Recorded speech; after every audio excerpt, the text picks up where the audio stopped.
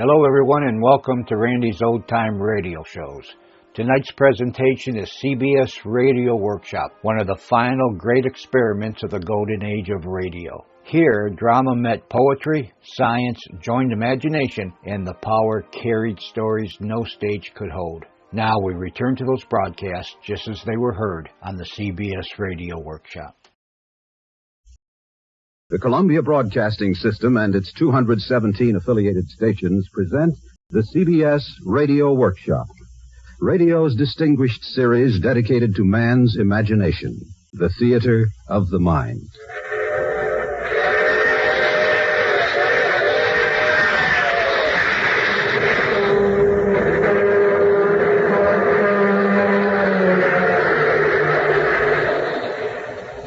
Tonight, for the first time on the air, a treatment of A.C. Spatorsky's current and sensational bestseller. A factual yet incredible report of those New Yorkers who try to mix work in the city with country living, and who almost invariably end up behind the eight ball. Narrated by Eric Severide, the CBS Radio Workshop presents The Ex-Urbanites.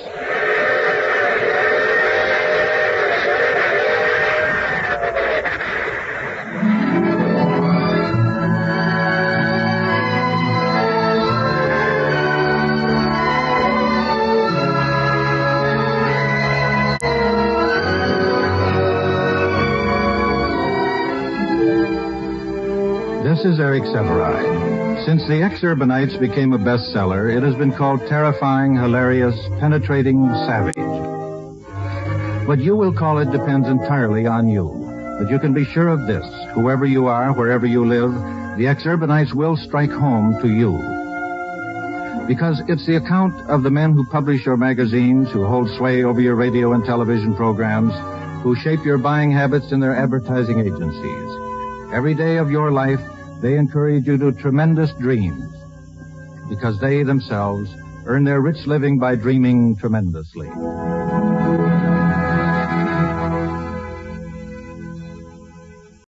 That's sunshine. Man, where did you find sunshine like that? You like it, Fred? Well, this is the greatest you've ever painted, Pruitt. The way that sunlight streams through the window, the way it lights the herbs in the window box, the way it touches the girl's hair, the way it dramatizes the can opener. Call me Van Gogh. No, I mean it, Pruitt. This is the best artwork I've seen as art director of this agency. It'll sell 1 million can openers or I go down with the Titanic. Who's the model? Well, who needs a model for the typical American housewife? Now, she's dream stuff, Fred, just like the sunshine. I painted this on a rainy day that would float the Titanic. Are you ready for the power lawnmower layout? Let's have her. Oh, here she is. Call me Rembrandt. This hits me right here. This fellow. The way you've got his teeth clenched on that pipe.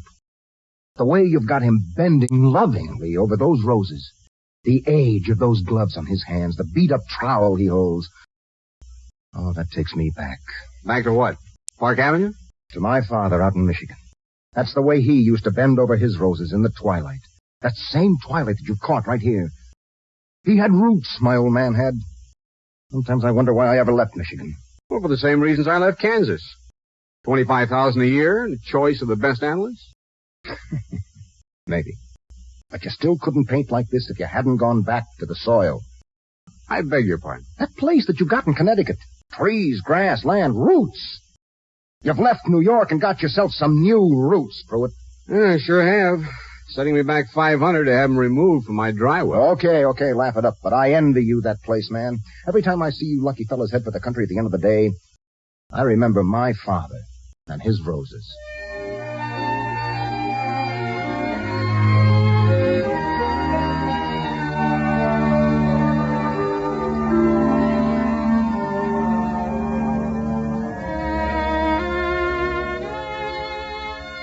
Some ex-urbanites have a highly developed talent for remembering events that have never occurred.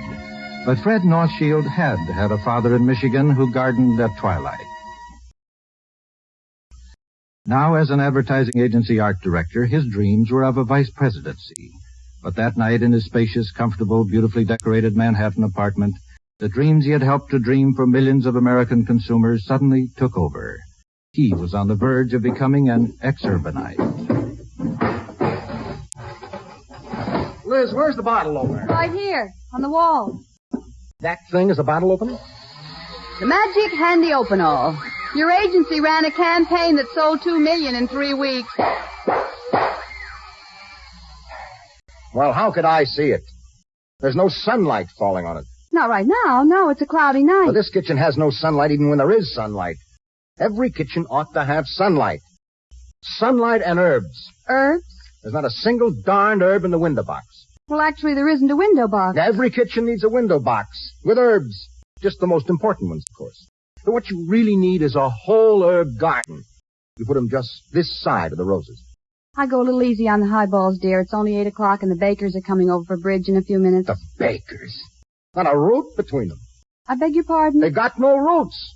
We've got no roots. I see. Well, if it's roots you want and roses, I guess that means we'll have to move to the suburbs. Not them, Liz. Not the suburbs, house after house, just alike. I mean the real country. Out beyond the suburbs, and an hour from town by train. Grass, lots of it. Trees, all you want. Air, all you want of that. How about it, Liz? Well, I suppose we could look at least. I knew you'd be for it. Liz, it'll be the greatest thing we ever did.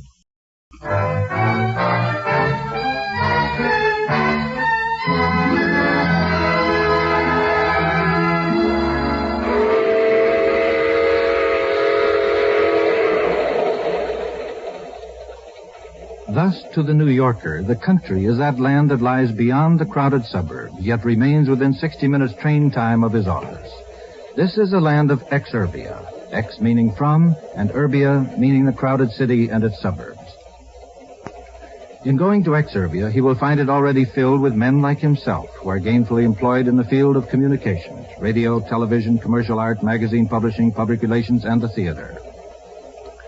In no other field is there more fantastic competition. They deal in ideas, and ideas alone. Tomorrow someone may have a better idea. Tomorrow they may suddenly find they are barren of ideas. They will be without a job.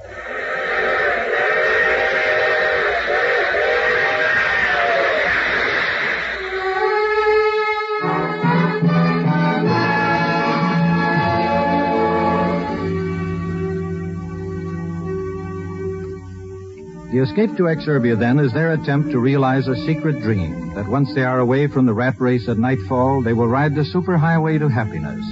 And so they begin to look for a place in the country. Try Bucks County. It's the only real country, Fred. Take a fast train from Penn Station, 1 hour to read a couple of chapters of a good book, and you're in Trenton, ready for real country living across the river in Bucks County. Bucks. Lousy, with beautiful old stone houses ready for a right guy like you to take over. Oscar Hammerstein, Dorothy Parker, Morse Hart, Bud Schulberg. They went to Bucks. You can raise black Angus, hens, pigs, pheasant. Or let one of the local men do it for you while you live off the fat of the land. Sleep all night with cows mooing in your ears. Real music. Bucks County. 1 hour by train and another hour's drive to any kind of land you can buy if your name isn't Rockefeller. Did they tell you about those new steel mills in Bucks? The new Levitt town, thousands of homes just like on Long Island? That's country living? It'll be worse than Jersey 5 years from now. If you want old homes, people who really belong to the land, ever been in Rockland County? Quaint, charming, quiet. Try Sneeden's Landing, New City. Look around there. The real artists, the real writers, the real theater people. They're all in Rockland, and they leave you alone. Alone? Oh, don't be dreary, Fred. Rockland County? Haven't you heard of the Thruway? The new Thruway bridge across the Hudson? It puts the Bronx minutes from Sneeden's Landing. Look, why don't you and Liz spend a weekend with Jerry and me in Chappaqua and take a look around Westchester County? Meet the Reader's Digest crowd. Talk with the writers and the artists around Pound Ridge. Your children will love Westchester. Wonderful schools. Maybe you and Liz should come out some night and go to the PTA with me.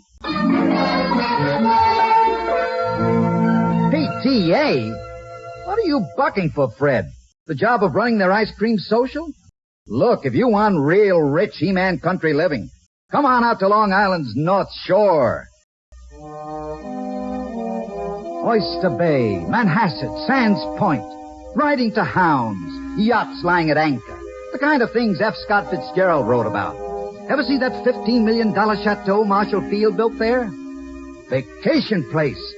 When they have a wedding, they hire the New York Philharmonic and hide them in the shrubbery to play the wedding march. Wonderful crowd out there in the North Shore.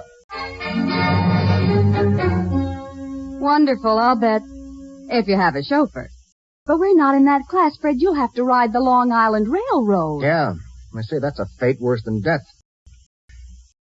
Well, I guess we've covered everything but Fairfield County so far, Liz. Well, Connecticut, here we come.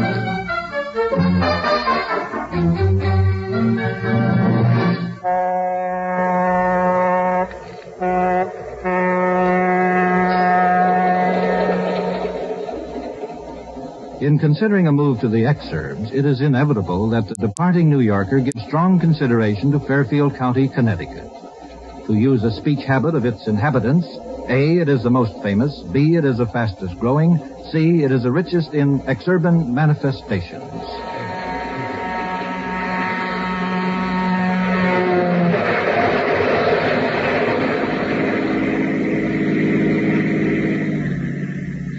I suppose you already know a lot of people already living here in Fairfield, Mr. Northfield. Oh, yes, Mr. Barnum. Several men in our agency live out here. Now, I'm going to show you folks a beautiful house just put on the market. 9 rooms, 3 baths, and 12 coach lamps.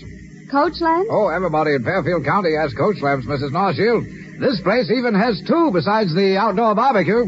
You realize what that means, Liz? We can cook our steaks outdoors every evening. What kind of heat does this place have, Mr. Barnum? Heat? 4 fireplaces, 4 beautiful fireplaces, and a whole acre of old trees you can cut up for firewood. What about a furnace or something? A furnace? I never thought to ask about that. We're busy out here in Fairfield. I suppose you know we've just about trebled our population the last few years. We're also the richest county in the nation. Even beats Amarillo, Texas. Oh, you mean something's richer than something in Texas? That's right, Mrs. Northfield. Why, advertising agency presidents and board chairmen are a dime a dozen. Mere vice presidents and account executives are just foot soldiers. Out here in Fairfield, you'll find the publishers of Life, Woman's Home Companion, 17, Look, Harper's Bazaar, American Weekly, and the president of Time Incorporated.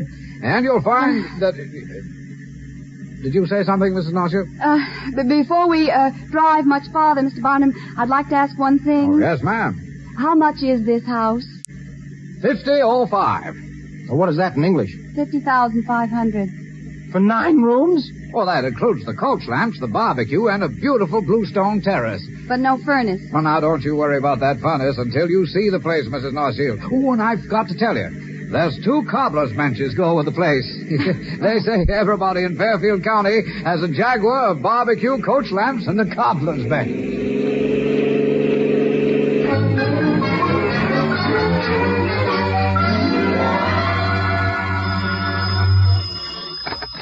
Hello?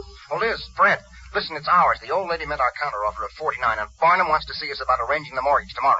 Which house is this? The first one we looked at. Oh, yes, the one that needs a furnace and a new leg on the second cobbler's bench. Oh, come off of it. Aren't you excited? Of course, dear. By the way, do we get a free timetable with a mortgage? What about the timetable? Well, Marge Holt used to live in that section, and she says that you'll have to rise and shine at 7 a.m. to dress, have breakfast, and drive to 15 miles to the station to catch the 8:15.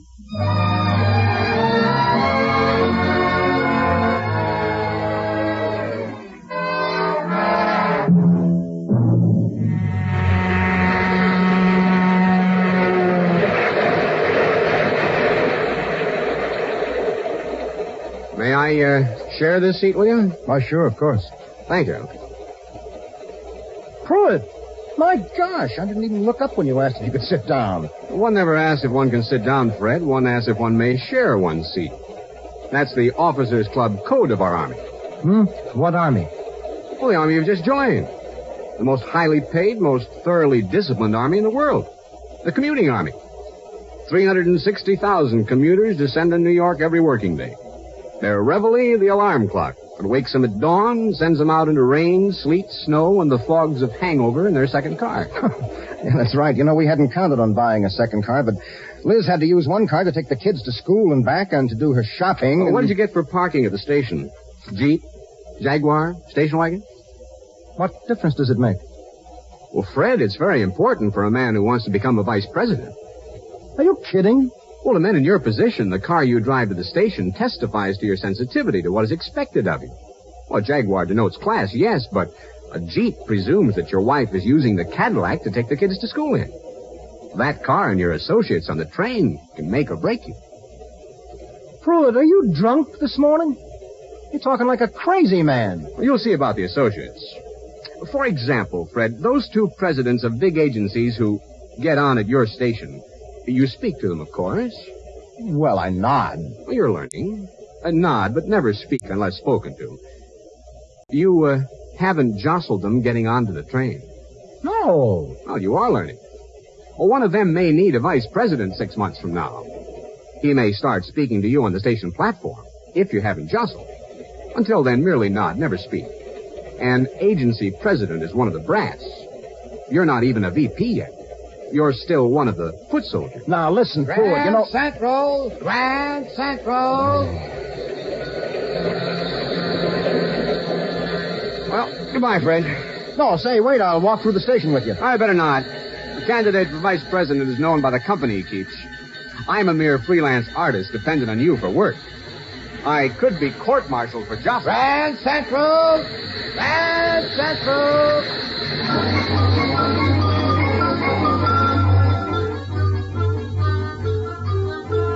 Fred is a new ex-urbanite, of course, but already he had learned that the rat race from which he has tried to escape now begins the moment his car appears at the station in the morning.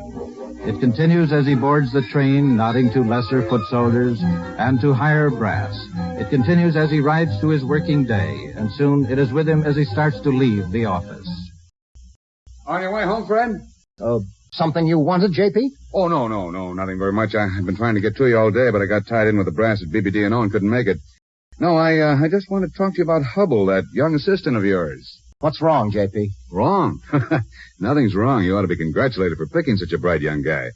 He was around last night after most of the shop had gone home, and he and Dorfmeyer and I got to polishing some ideas. Well, why didn't you call me in? Well, we looked for you, but you'd gone and catch the train already. Well, I'd been glad to stay. Well, don't worry about it, Fred. I can give you all that in a memo, but, you know, it seems to me we need a fresh slant on things. A couple of times recently, with one client or another, I've been left standing with egg on my face. I wonder if we don't have an awful lot of fat around here. We've got spearholders that haven't had their tails kicked in years. You know, if we're going places with the chief's new program for increased billings, we've got to get some new blood, like Hubble. Real hot guys. Young, aggressive. Fact is, I've been thinking of one young fellow who's over at McCann right now. He, well, I'll sum this up in a memo and we'll wax our skis together some morning. You better hurry and catch your train.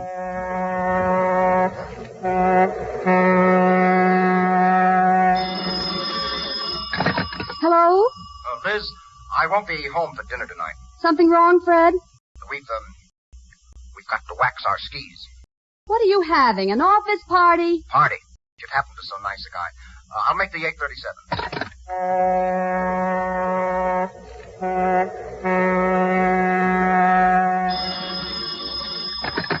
Yes.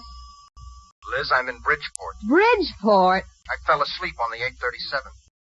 Now, look, Liz, don't be sore. I'll catch the 10:03 back from Bridgeport and I'll drive home at once.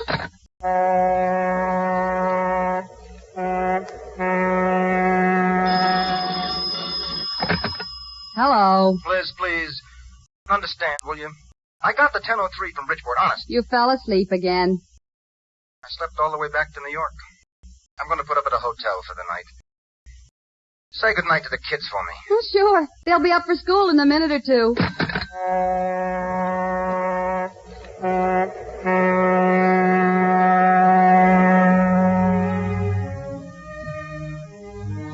If Liz seems something less than the sweetheart of Sigma Chi, consider the case for her and her sisters of Exurbia.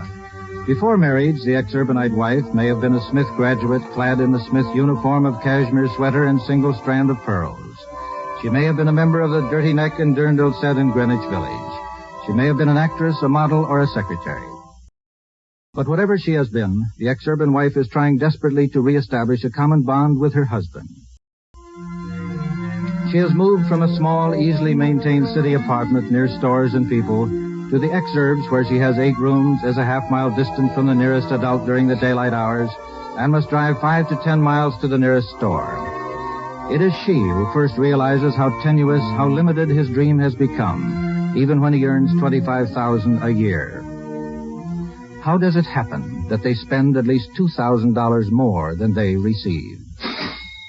Federal and New York state income taxes, $5,000 this year, please. New York state tax? We live in Connecticut. Well, your husband earns his salary in New York state, ma'am. Doesn't matter where you live.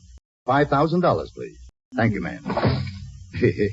Just be glad New York City doesn't tax you commuters. They're considering it, you know. $2,500 a year, Miss Norstein. And Saturday's all day off, Sunday's all day off, and Thursday afternoons off. Oh, that's a lot of money, Hilda. The Fenimores, they offer me $3,000 to come be their maid. Well, they have 3 children. We have only 2. Oh, well, pay her, Liz. I'm not going to have my wife doing all the housework alone. You got to keep up appearances, too. Yeah, Mr. Northshield. That is $2,500, please. Thank you. Summer camp for me and Penny, $500 apiece, please. Dancing lessons, me and Penny, $200 apiece, please. Sailing lessons, me, $100. Tennis lessons, Penny, $150. Total, $1,450, please. Thank you, Mom. Tickets, please. Tickets, please. 1 year's commuting, $150, sir. Thank you. Food. $3,500. Insurance. $1,000. Not enough. Clothes for wife, self, and family. $2,150, including 1 sheared beaver. I hadn't had a new coat in 2 years, and I could ask for minks. New York expenses, lunches, cigarettes, taxis, $2,000. Plumbing repairs, window repairs, roof repairs, heat, light, all the things our rent used to pay the landlord for doing. Christmas presents, upkeep on 2 cars, upkeep on grounds around the house. Say, Mr. Northfield, you interested in them roses now? Roses? What roses? The first day you and the missus moved in, you was talking about coming home and working with your roses. You bought a trowel. How can I take care of roses with my front yard solid with crabgrass? How can I think about trowels when you're charging me $200 after that last hurricane washed my driveway a quarter mile down the highway? Oh, all right. Fred, no, you can't spend any more. You've already spent a total of $27,500 in a year. I don't know, Liz. I don't know. Maybe I'll get a vice presidency and a fat increase. Maybe your mother will die and leave us something. We're bound to break even sometime.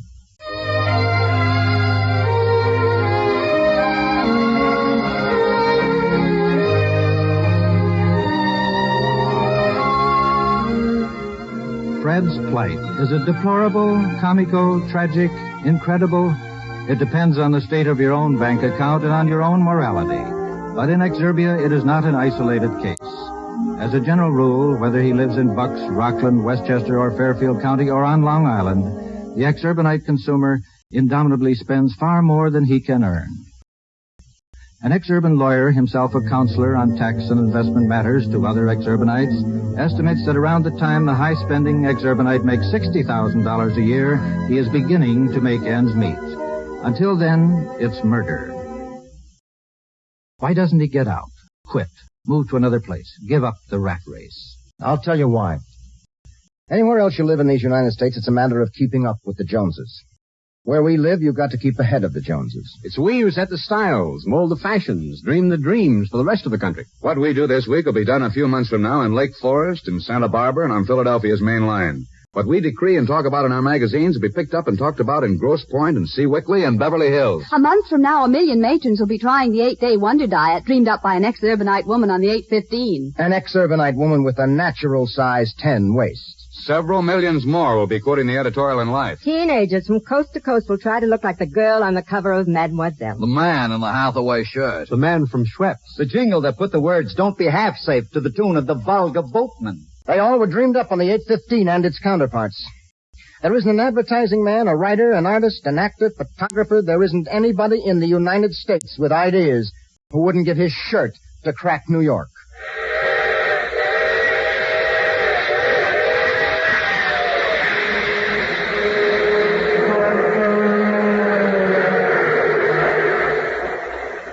and so it goes. These ex-urbanites come from all over the United States to New York with dreams of writing that great book, painting those great pictures, staging that great play.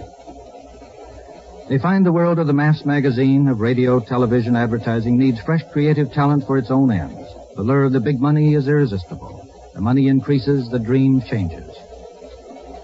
Caught in the mesh of symbols which they purvey to the rest of the nation, the country home, the foreign car, the neatly tailored lawn, the power lawnmower, they become ex-urbanites seeking to escape from one rat race only to find themselves in another. A few give up and paint those pictures or write that novel. Some even return to Manhattan where the landlord fixes a leak on the roof.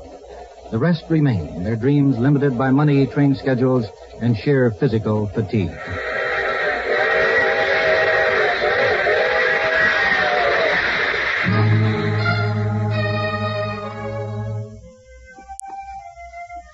Yet through all this, as you see him at home with his family, at the office with his companions on the train, the ex-urbanite is witty, amusing, clever, entertaining.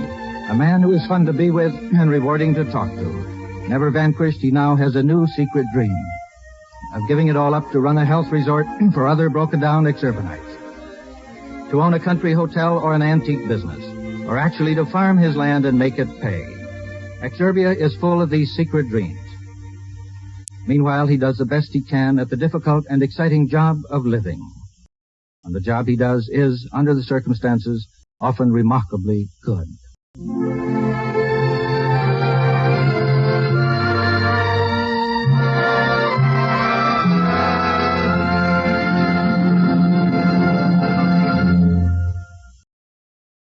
You have been listening to The Ex-Urbanites, a special treatment of A.C. Spektorsky's report on New Yorkers in the communications field. Prepared by Charles S. Monroe, narrated by Eric Severide, and directed by Paul Roberts. The music was composed by Ben Ludlow and conducted by Alfredo Antonini. Featured in the cast were John Larkin as Fred, Jan Miner as Liz, and Joe Helgeson as Pruitt.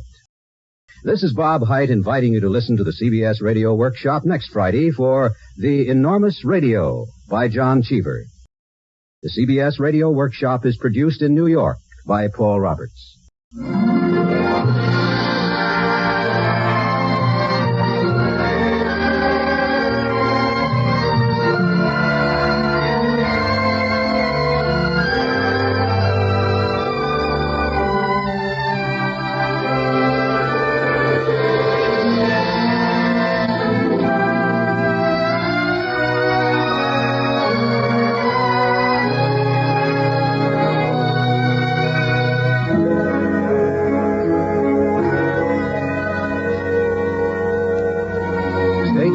For 5 minutes of the latest CBS News.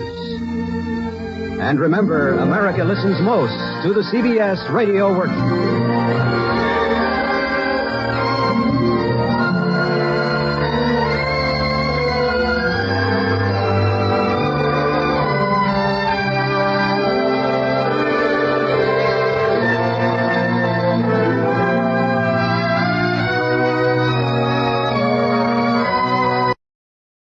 Well, everybody, that's all for tonight's episode.